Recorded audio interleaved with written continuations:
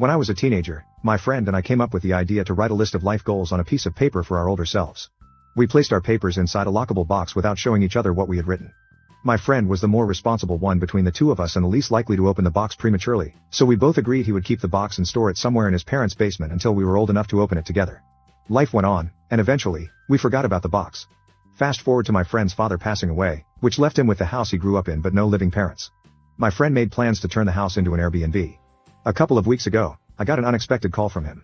We were no longer as close, so phone calls between us were somewhat uncommon.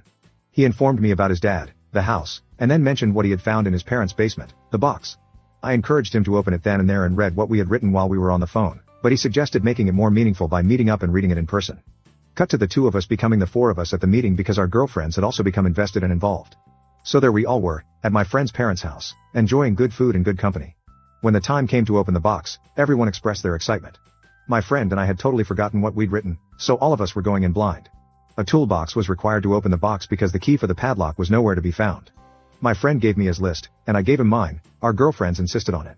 I was the first to read. My friend had the following things on his list. 1. Fix my teeth. 2. Make money. 3. Learn other languages. 4. Travel. 5. Learn to cook. 6. Eat healthy. 7. Lose my virginity. 8. Study. 9. Teach. 10. Continue skateboarding until I die. My friend's list was fun for everyone.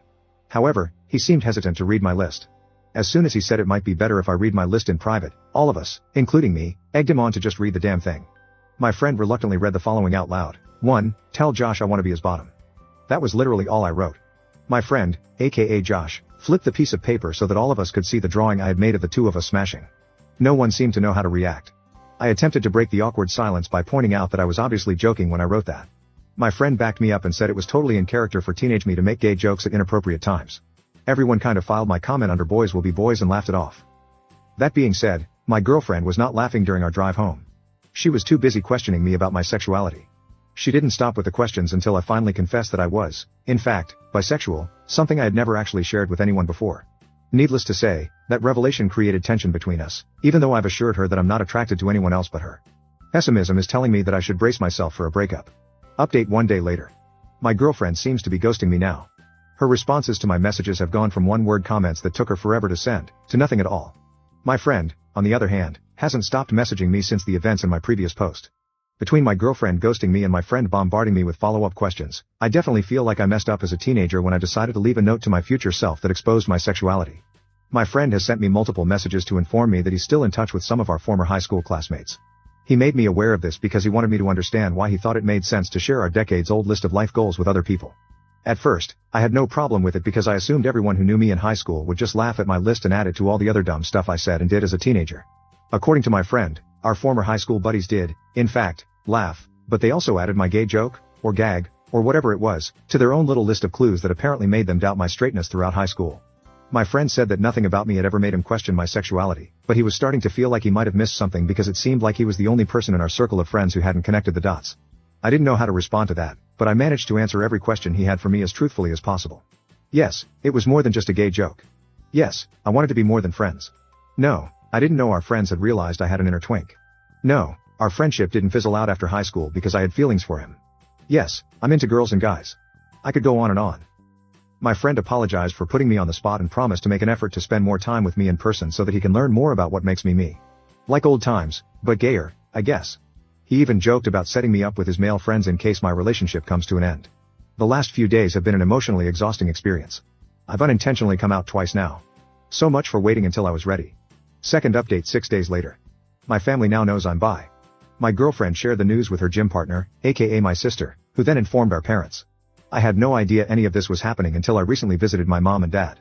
What was supposed to be nothing more than the usual hey mom, hey dad, hey totally straight son, blah blah blah unexpectedly became an obvious case of there's an elephant in the room.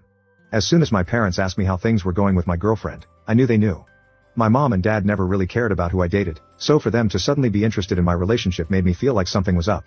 When I asked my parents what was going on, my mom and dad looked at each other like they were telepathically trying to figure out who was going to take the lead. My mom decided to step up and do the talking, but she became emotional before she even opened her mouth. My dad took over and said my mom was still processing what my sister had shared with them about my transition from only girls to not only girls.